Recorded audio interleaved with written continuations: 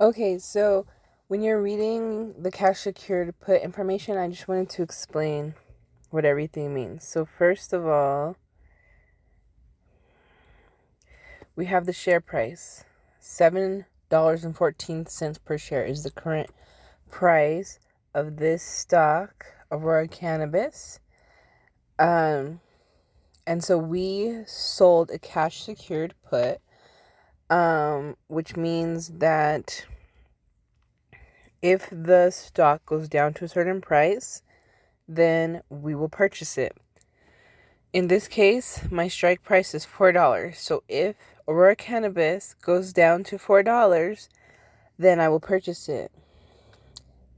In exchange for my promise to purchase this stock, I was given a premium of $1.90 per share, which it's always 100 shares. So that means that I was paid $191 to agree to buy this if it goes down to $4. They have until January 2023 to collect on this deal.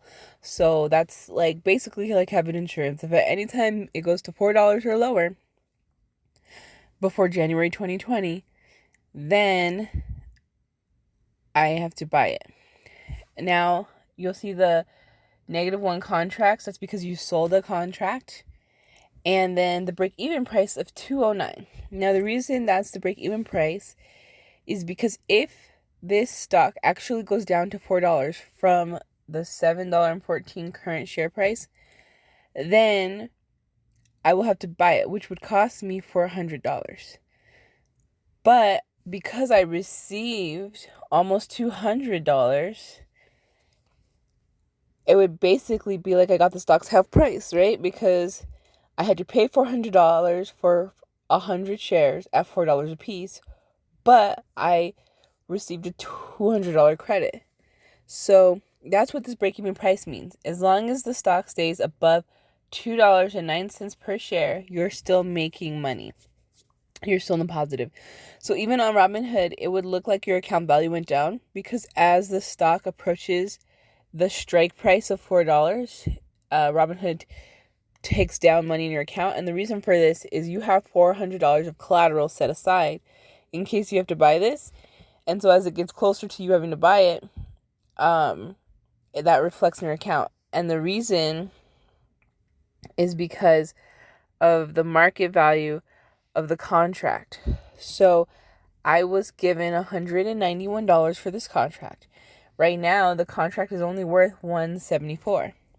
So if I decided to cancel this contract right now, then I would get to keep the difference of $17. So that's your return total. And so then I would have made $17, in a couple of days, but that's because I'm trading with a smaller account. So we're slowly but surely building our way up. Now, if I want to be patient and wait till next year, then basically that's like having a savings account, only you made $200 in a year, which is much more than any other savings account. So technically I could just keep my $400 of collateral there and just, if it never goes down to $4, then nothing happens, and at the end of the year I can sell it again. So for those of you who really like to save money, this is like buying a CD kind of, because your collateral is kept on hold until the contract expires and you get to keep the money that you were paid, which was $200. I figured I could use that $200 to go sell another contract. So today I made $27 because the contract started out worth $200 and it went down to $174, and now I could buy it back for $174 and keep my net of $17. Or I can just wait, because as the stock price increases in value, then the contract is going to decrease because it's a put, which means that if it goes down, the contract decreases. If it goes up, if it goes down, the value of the contract increases. As it goes up, the value of the contract decreases. And so I might just do that. I might just sell it for $20 tomorrow to get out of it. We'll see. But I just want you to understand all of these things on here. Oh, also, if you look at the stats, this is how much people want So if I want to get out of the contract quickly, I could buy it for $210, which then I'd be losing money. But there's one buyer already prepared to receive that. And then this is the other side. So if I want to get out of the contract, this is probably the price I'd want to pay, is the $137. And so then that way I would keep the difference. Although the current price is $174, so I'd make a little bit more money. And so what I did was I went ahead, because this contract is changing a lot. This stock is really volatile. And so I went ahead and I set an order. I want to buy. So I sold the contract so I could get paid. So now I want to buy it back, and I would buy it for $135 per share. So then I would keep the rest, because I was paid $191. And so the difference between $135 and $191 is how much I get to make for doing this deal. So we end up on the positive side, and we call it a day. Also, delta is the amount of risk.